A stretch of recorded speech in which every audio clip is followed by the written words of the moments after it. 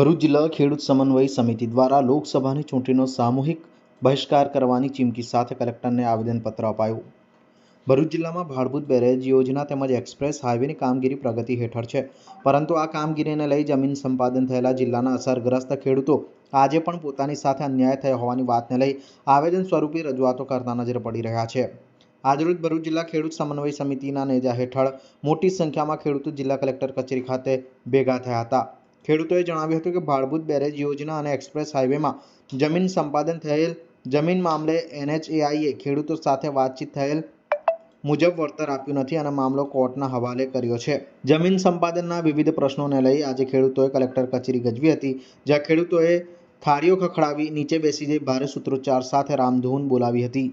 ખેડૂત આગેવાનોએ જિલ્લા કલેક્ટરને આવેદનપત્ર પાઠવી તેઓની માંગણી વહેલી તકે નહીં સંતોષવામાં આવે તો આગામી લોકસભા 2024ની ચૂંટણીનો સામૂહિક બહિષ્કાર કરવા અંગેની ચીમકી ઉચ્ચારી હતી। હું સુભાષ પટેલ, ગામ મારું મિયા માતર, તાલુકા આમોદ, જિલ્લો ભરૂચ। આજે અમે 56ની છાતીવાળા આપણા યશસ્વી વડાપ્રધાન શ્રી નરેન્દ્રભાઈ મોદી સાહેબને અમે આ 56મું આવેદનપત્ર આપવા આવ્યા છીએ। અત્યાર સુધી 55 આવેદનપત્ર અમે આપ્યા, એક બી જવાબ અમને કલેક્ટર સાહેબ તરફથી મળ્યો નથી। તો અમે આ 56ની છાતીવાળા યશસ્વી વડાપ્રધાનના 56મું આવેદનપત્ર આપી અને અમારી 53-54 આવેદનપત્રનો જવાબ માંગવા આવ્યા છીએ। બીજું કે અમે ખેડૂતો ન્યાય માંગીએ છીએ કે અમે આપણા યશસ્વી પાટીલ સાહેબ જે અધ્યક્ષ છે એમને મળવા એમના સ્થાને નવસારી ગયેલા અમારા પ્રતિનિધિઓ, અમારા ધારાસભ્યો બધાને લઈને, ખેડૂતના બધા આગેવાનો લઈને અમે નવસારી મળવા ગયેલા। તો નવસારીથી અમારા અધ્યક્ષ સુરત અધ્યક્ષ સાહેબે એવું કીધું કે તમારે જો ખેડૂતો સાથે રહેવું હોય તો આ બધા જનપ્રતિનિધિઓના અમે રાજીનામા લઈ લઈશું।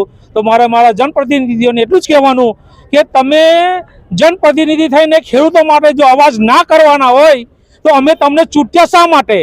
તો અમારી એક જ માંગણી છે કે હવે તમે આ ઇલેક્શન આવી રહ્યું છે લોકસભાનું ને અમને વિધાનસભામાં તમને લોલીપોપ આવેલો કે તમને મળી જશે બધા જ ભાજપના અધિકારીઓ આવેલા, અમને કંઈ નહીં મળ્યું। અત્યારે લોકસભા આવી રહી છે ત્યારે અમે એક બુલંદ માંગણી કરીએ છીએ કે અમારા જનપ્રતિનિધિઓ અમારા ગામમાં નહીં આવે, જ્યાં સુધી અમારું વર્તનનો પ્રશ્ન નહીં સુલે થાય ત્યાં સુધી કોઈને આવવા નહીં દઈએ, પહેવા નહીં દઈએ, મતદાનથી અગ્ર રહીશું।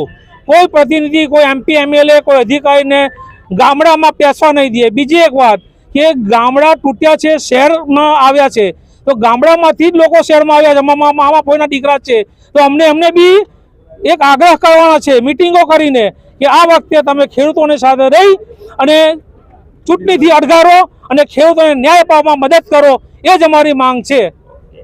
इस वीडियो को लाइक करें, हमारे चैनल को सब्सक्राइब कर बेल आइकन जरूर प्रेस करें हमारी न्यू वीडियो सबसे पहले देखने के लिए।